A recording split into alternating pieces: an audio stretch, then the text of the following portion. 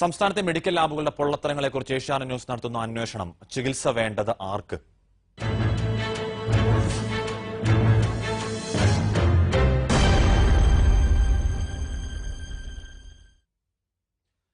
പക്ഷികളുടെയും മൃഗങ്ങളുടെയും രക്തവും മനുഷ്യരക്തവും തിരിച്ചറിയാനാവാത്ത ലാബുകൾ.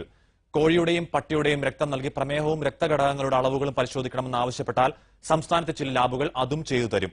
അടിസ്ഥാന യോഗ്യതകളില്ലാത്ത ലാബ് ടെക്നീഷ്യന്മാരെക്കുറിച്ചും മാനദണ്ഡങ്ങൾ പാലിക്കാതെ പ്രവർത്തിക്കുന്ന ലാബുകളെക്കുറിച്ചും ഏഷ്യാനെറ്റ് ന്യൂസ് അന്വേഷിക്കുന്നു. ശാസ്ത്രീയമായ പരിശോധനയിൽ പ്രകടമായ വ്യത്യാസം കാണുന്ന കോഴിയുടെ രക്തം മനുഷ്യരക്തമെന്ന വ്യാജേന കൊടുത്താൽ അത് തിരിച്ചറിയാൻ ലബോറട്ടറി ടെക്നീഷ്യന്മാർക്ക് കഴിയുമോ? ഏഷ്യാനെറ്റ് ന്യൂസ് അന്വേഷിക്കുന്നു.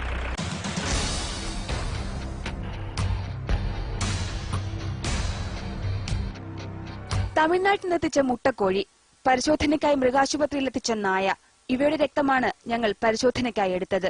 അതും ശാസ്ത്രീയമായി തന്നെ. ഇനി ക്ലിനിക്കൽ ലാബിലേക്ക്. വലിയതുറ സർക്കാർ ആശുപത്രിക്ക് സമീപമുള്ള 3 ലാബുകൾ.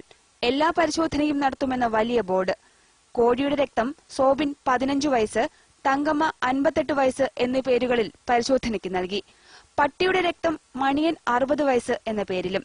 പ്രമേഹം, കൊളസ്ട്രോൾ, രക്തത്തിലെ ഘടകങ്ങൾ എന്നിവ പരിശോധിക്കണമെന്നാണ് ആവശ്യപ്പെട്ടത്. അതും ഒരു ഡോക്ടറുടെ പോലും കുറിപ്പടിയില്ലാതെ. 1.5 മണിക്കൂറിനകം പരിശോധനാ ഫലം റെഡി. കോഴിക്ക് പ്രമേഹവും കൊളസ്ട്രോളും ഉണ്ടെന്ന് ഈ ലാബിലെ അതിവിദഗ്ധർ കണ്ടെത്തി. നായയ്ക്ക് രക്തക്കുറവും ESR 45 ആണെന്നും പരിശോധനാ ഫലം. മാത്രമല്ല, ശ്വേതരക്താണുക്കളുടെ അഥവാ WBCയുടെ അളവ് മനുഷ്യരക്തത്തിലേതിന് തുല്യമാക്കിയുള്ള റിപ്പോർട്ടും കിട്ടി.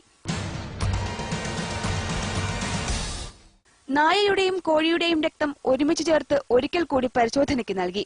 അപ്പോഴും പരിശോധനാ ഫലം മനുഷ്യരക്തത്തിന് തുല്യം. ആരോഗ്യ കേരളത്തിന് മാനക്കേടാണിത്.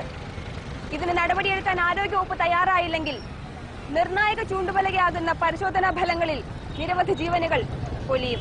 ക്യാമറാമാൻമാരായ സുരേഷ് നായർക്കും വിനോദ് കുമാറിനുമൊപ്പം PR പ്രവീണ, ഏഷ്യാനെറ്റ് ന്യൂസ്, തിരുവനന്തപുരം.